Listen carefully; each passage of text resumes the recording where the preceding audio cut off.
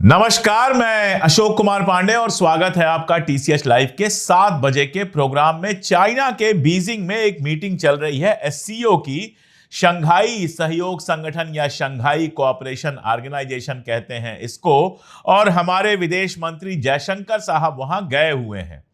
जयशंकर साहब का एक वीडियो आया जिसमें भाषण दे रहे हैं और ये दावा कर रहे हैं कि चाइना के साथ अब भारत के रिश्ते बहुत अच्छे हो गए हैं।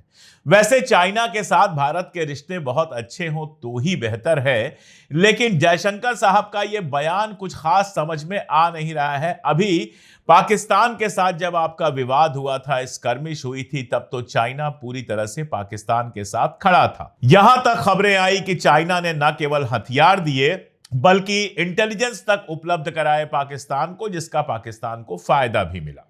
इसके अलावा भी एससीओ में पिछली बार जब राजनाथ सिंह जी गए हुए थे, प्रस्ताव पास हुआ था और उस प्रस्ताव में राजनाथ सिंह ने साइन नहीं किया था। कारण क्या था?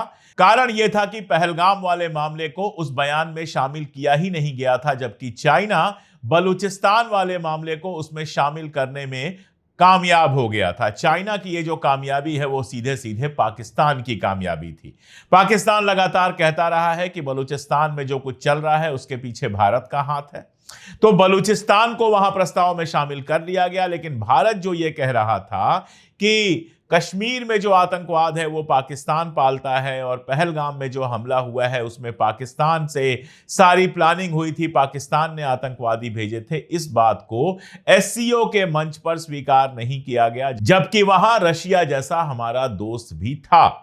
प्रधानमंत्री महोदय सारी दुनिया घूम के चले आए, कई सारे मुल्क घूम के आए, कई सारे पुरस्कार लेके आए, लेकिन ये एक ऐसा मामला है, पहलगाम एक ऐसा मामला है जिस पर अभी तक दुनिया के किसी देश ने हमें सीधे सीधे समर्थन नहीं दिया है। और अपने यहां ही कंफ्यूजन जैसी स्थिति दिख रही है। पहले 4 लोगों की तस्वीरें आई और कहा गया यही 4 आतंकवादी हैं। बाद में एनआईए की तरफ से यह बयान कोट किया गया, बाकायदा अखबारों में छपा कि इन 4 में से 2 जो हैं वो नहीं है, उनके अलावा कोई और है। बाद में एनआईए का एक और बयान आया कि जांच चल रही है और हम सब बताएंगे, और अभी तक उन 4 आतंकवादियों में से कोई एक पकड़ा नहीं गया। इससे शक ये होता है कि भारत सरकार ने बिना सारे सबूत जुटाए ही, बिना कोई मेहनत किए सबूत जुटाए, इंटेलिजेंस जुटाए, ये सारा कुछ जो कहना शुरू किया था उसका दुनिया भर में गलत असर गया है। दुनिया में जिस तरह का समर्थन हमको मिलना चाहिए था नहीं मिला है। आप सोचिए, चाइना और अमेरिका की दुश्मनी है, चाइना भी पाकिस्तान के साथ खड़ा है और अमेरिका में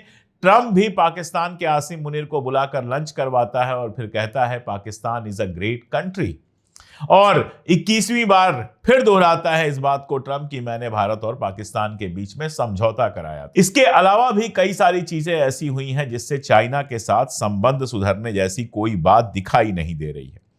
देखिए, जयराम रमेश ने कहा है और यह सच्चाई है कि दूरसंचार यानी टेलीकॉम, फार्मास्यूटिकल और इलेक्ट्रॉनिक्स की जो हमारी जरूरतें हैं उनके लिए हम चाइना के ऊपर धीरे धीरे बहुत ज्यादा निर्भर करते गए हैं। चाइना हमें वो सब ना दे तो काम चलना हमारा मुश्किल हो गया है। मैंने एक एग्जांपल दिया था कि बड़ी बड़ी चीजें छोड़ दीजिए, सिगरेट का जो छोटा सा लाइटर आता है वो भी पूरा का पूरा चाइना से आता है, भारत के अंदर नहीं बनता है। अब आप देखिए कि पिछले दिनों चाइना ने जो कदम उठाए हैं उसमें कुछ रेयर अर्थ मटेरियल्स, डीएपी जो खाद होती है वो, और टनल बोरिंग की जो मशीनें हैं वो भेजना बंद कर दिया है, जिसकी वजह से हमारे यहाँ डीएपी के खाद की भी कमी हो रही है। रेयर अर्थ मटेरियल्स भी हमको कहीं और से नहीं मिल रहे हैं और टनल बोरिंग की जो मशीनें हैं वो भी हमारे यहाँ नहीं आ रही हैं।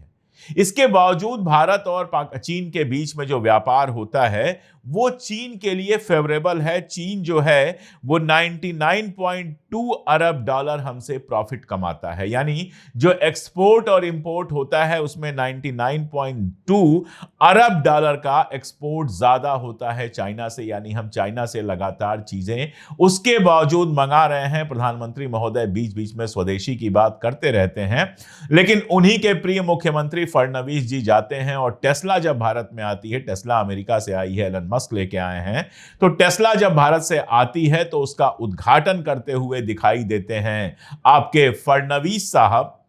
और बात की जाती है कि स्वदेशी का उपयोग किया जाए।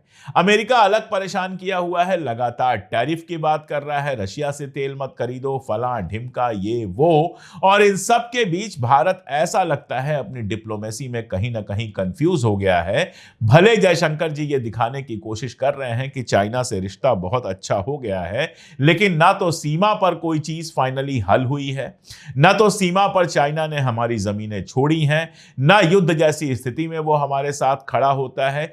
इतना भी नहीं कि पाकिस्तान के साथ ही कम से कम ना खड़ा हो, सीधे सीधे जाकर पाकिस्तान के साथ खड़ा हो जाता है, ना ही व्यापार में हमारे साथ कोई फेवरेबल व्यवहार करने को तैयार है। तो आप ही बताइए कि चाइना के साथ रिश्ते सुधारने की जयशंकर जी की बात पर कैसे भरोसा किया जाए। ये और इसके अलावा भी देश के भीतर से बहुत सारी खबरें हैं जिनको लेकर आ रही हैं शालिनी। देखते रहिए पूरा वीडियो। नमस्कार, टीसीएच लाइव पर आपका स्वागत है। मेरा नाम शालिनी पांडे। शुरुआत आज की कुछ बड़ी हेडलाइंस के साथ। कावड़ रूट के ढाबों पर क्यूआर कोड के मामले में सुप्रीम कोर्ट का योगी सरकार को नोटिस, कोर्ट ने मांगा जवाब। क्यूआर कोड को स्कैन करके दुकान मालिकों के नाम पता करने के फैसले के खिलाफ दायर हुई थी याचिका। राहुल गांधी ने उड़ीसा में हुई छात्रा की मौत पर कहा, मोदी जी, उड़ीसा हो या मणिपुर, देश की बेटियां जल रही हैं। उत्तराखंड हरिद्वार में कांवड़ियों ने एक चश्मे की दुकान में तोड़फोड़ की। शिव विश्राम गृह के बाहर कुछ कांवड़ियों ने मामूली कहासुनी के बाद घटना को अंजाम दिया। 2 लोगों को गिरफ्तार किया गया। भारत में 5 साल में 65 फ्लाइट्स के इंजन हुए बंद, आरटीआई में हुआ खुलासा। 1 जनवरी 2024 से 31 मई 2025 के बीच 17 महीनों में 11 फ्लाइट से मेडे कॉल आई। जम्मू में मिनी बस खाई में गिरी, 5 की हुई मौत, 17 लोग हुए गंभीर रूप से घायल, 22 लोग थे बस में सवार। सड़क पर फिसलन की वजह से हुआ हादसा। इंदौर के कार्टूनिस्ट की गिरफ्तारी पर लगी अंतरिम रोक, हेमंत मालवीय ने सुप्रीम कोर्ट में पेश किया माफीनामा। अगली सुनवाई 15 अगस्त के बाद होगी। जयशंकर ने बीजिंग में शी जिनपिंग से मुलाकात की। राष्ट्रपति मुर्मू पीएम मोदी की तरफ से दिया मैसेज। 5 साल बाद चीन पहुंचे विदेश मंत्री, विपक्ष ने उठाए कई सवाल। कनाडा में जगन्नाथ रथ यात्रा पर फेंके गए अंडे, भक्त बोले, नफरत विश्वास को नहीं हरा सकती। भारत सरकार से कार्रवाई की अपील। अब वक्त कुछ बड़ी खबरों को परखने का। गुजरात में फिर कैसे टूटा पुल। गुजरात के जूनागढ़ जिले में मंगलवार सुबह मरम्मत के दौरान एक पुल का हिस्सा अचानक गिर गया। इस हादसे में पुल पर मौजूद 8 लोग करीब 15 फीट नीचे गिर गए, लेकिन अच्छी बात यह रही कि सभी को बचा लिया गया और किसी को गंभीर चोट नहीं आई। ये घटना जूनागढ़ के मांगरोल तालुका के अजाज गांव में हुई। ये पुल केशौद को माधवपुर से जोड़ने वाला एक अहम रास्ता है, जहां से रोजाना कई गाड़ियां गुजरती हैं। आज सुबह जब पुल की मरम्मत का काम चल रहा था, तभी अचानक पुल का स्लैब टूटकर नीचे गिर गया और उसके साथ ही एक हिताची मशीन भी तेज आवाज के साथ नीचे गिर गई। स्लैब पर खड़े कुछ लोग सीधे नदी में जा गिरे। आपको बता दें कि गुजरात में एक हफ्ते के अंदर पुल टूटने की वजह से ये दूसरी घटना सामने आई है। इससे पहले 9 जुलाई को वडोदरा का गंभीरा ब्रिज टूट गया था, जिसमें 21 लोगों की जान चली गई थी और एक व्यक्ति अभी भी लापता है। ऐसे में जिस तरीके से प्रशासन की तरफ से लापरवाहियां बरती जा रही हैं, वो कहीं ना कहीं आम लोगों के लिए खतरनाक साबित हो रही हैं। शर्मिष्ठा पनौली और वजाहत खान मामले पर क्या बोला सुप्रीम कोर्ट। सुप्रीम कोर्ट ने शर्मिष्ठा पनौली की शिकायत करने वाले वजाहत खान की याचिका पर सुनवाई की। कोर्ट ने कहा कि लोगों को अभिव्यक्ति की आजादी की अहमियत समझनी चाहिए और सोशल मीडिया पर संयम बरतना चाहिए। अदालत ने यह भी कहा कि अगर नागरिक बोलने की आजादी के अपने मौलिक अधिकार का इस्तेमाल करना चाहते हैं, तो उन्हें इसे एक दायरे में रहकर ही इस्तेमाल करना चाहिए। वजाहत खान पर सोशल मीडिया पर भड़काऊ पोस्ट डालने के आरोप में कई राज्यों में मामले दर्ज किए गए थे। इन्हीं मामलों में राहत पाने के लिए खान ने सुप्रीम कोर्ट में याचिका दायर की थी और इस सुनवाई के दौरान कोर्ट ने ये बातें कही। तुम ज्ञान के दीप जलाना, कावड़ लेने मत जाना वाली कविता पढ़ने वाले टीचर पर क्यों दर्ज हुई एफआईआर। योगी सरकार में क्या हो रहा है? एक तरफ धर्म के नाम पर पाखंड और उपद्रव फैलाने वाले खुले घूम रहे हैं और दूसरी तरफ एक ऐसा शिक्षक जो बच्चों को शिक्षा के रास्ते पर चलने की सीख दे रहा है, उस पर एफआईआर दर्ज की जा रही है सिर्फ इसलिए कि उसने बच्चों को अंधविश्वास और धार्मिक दिखावे से ऊपर उठकर ज्ञान और मानवता की सेवा का पाठ पढ़ाया। सोचिए उस बेचारे शिक्षक रजनीश गंगावर का क्या गुनाह था। बस 26 सेकंड के एक वीडियो में उसने बच्चों से कहा कि कावड़ लेने मत जाना, तुम ज्ञान के दीप जलाना, मानवता की सेवा करके तुम सच्चे मानव बन जाना। क्या इसमें कुछ गलत है? क्या आज के समय में बच्चों को पढ़ाई लिखाई और इंसानियत सिखाना अपराध हो गया है? और ये कौन से लोग हैं जो इस पर हंगामा कर रहे हैं? ये वही लोग हैं जो कावड़ यात्रा के नाम पर तोड़फोड़ करते हैं, धार्मिक उन्माद फैलाते हैं और पूरे माहौल को खराब करते हैं। जिस कावड़ यात्रा को कभी पवित्र माना जाता था, आज उसे इन उपद्रवियों ने तमाशा बना दिया है। क्या हम अपने बच्चों को यही सिखाएंगे कि पढ़ाई छोड़ो और इन गुंडों की तरह कावड़ यात्रा के नाम पर हुड़दंग मचाओ? महाकाल सेवा समिति के अध्यक्ष शक्ति गुप्ता ने यह शिकायत की है और पुलिस ने भी बिना सोचे समझे बीएनएस की धारा 353 के तहत एफआईआर दर्ज कर दी है। क्या एक कविता अब सार्वजनिक उपद्रव हो गई है? स्कूल के प्रधानाचार्य भी छुट्टी पर थे और अब शिक्षक से सफाई मांगी जा रही है। और ये क्या चीजें चल रही हैं? क्या हम ऐसे ही अपने शिक्षकों को डराएंगे और उन्हें सच्चाई का पाठ पढ़ाने से रोकेंगे? ये सब बेहद निराशाजनक है और चिंताजनक है। शर्म आनी चाहिए ऐसे लोगों को जो धर्म के नाम पर सिर्फ अपनी राजनीति चमकाते हैं और समाज में जहर घोलने का काम करते हैं। क्या नाम बदलने के बजाय काम की राजनीति कर पाएगी बीजेपी?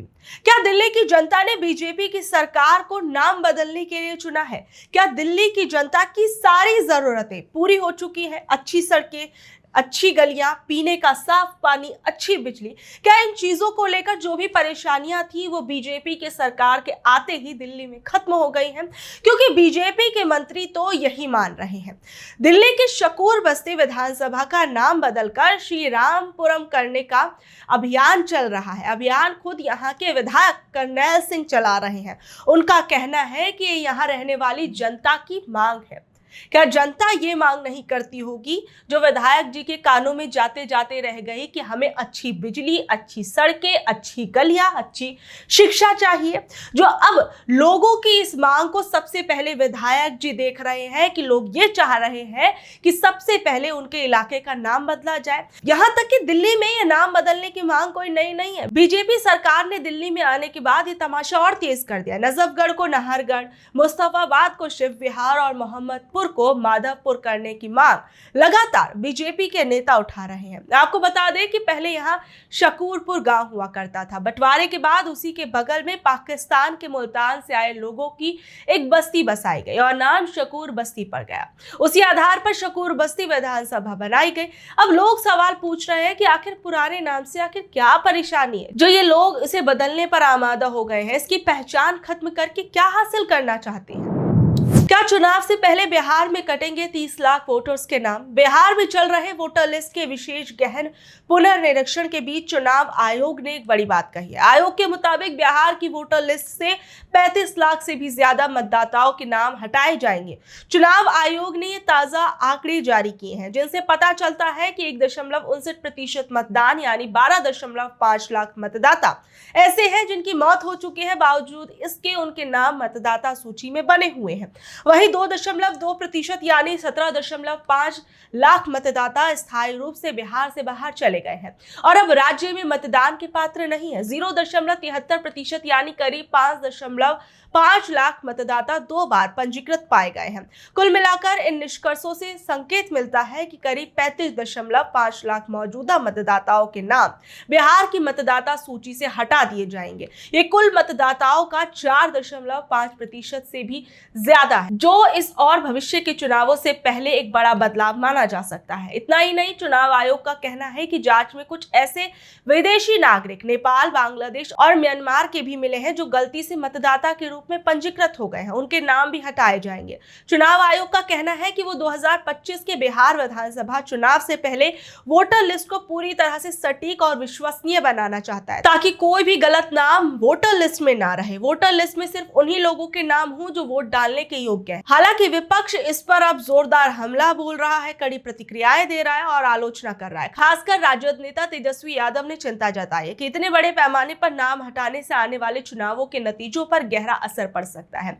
क्योंकि ये कुल मतदाताओं का 4.5% से भी ज्यादा है। मतदाताओं के पास अपनी गणना फॉर्म जमा कराने के लिए 25 जुलाई तक का समय है, जिसके बाद मतदाता सूची का नया मसौदा प्रकाशित किया जाएगा। तो ये थी आज की खबरें। कल शाम 7 बजे फिर हाजिर होंगे अगली खबरों के साथ। अगर आपको आज की खबर अच्छी लगी, जानकारी भरी लगी, तो इसे अपने दोस्तों और रिश्तेदारों से शेयर कर ले। कल तक के लिए नमस्कार, शब्बा खैर, गुड नाइट।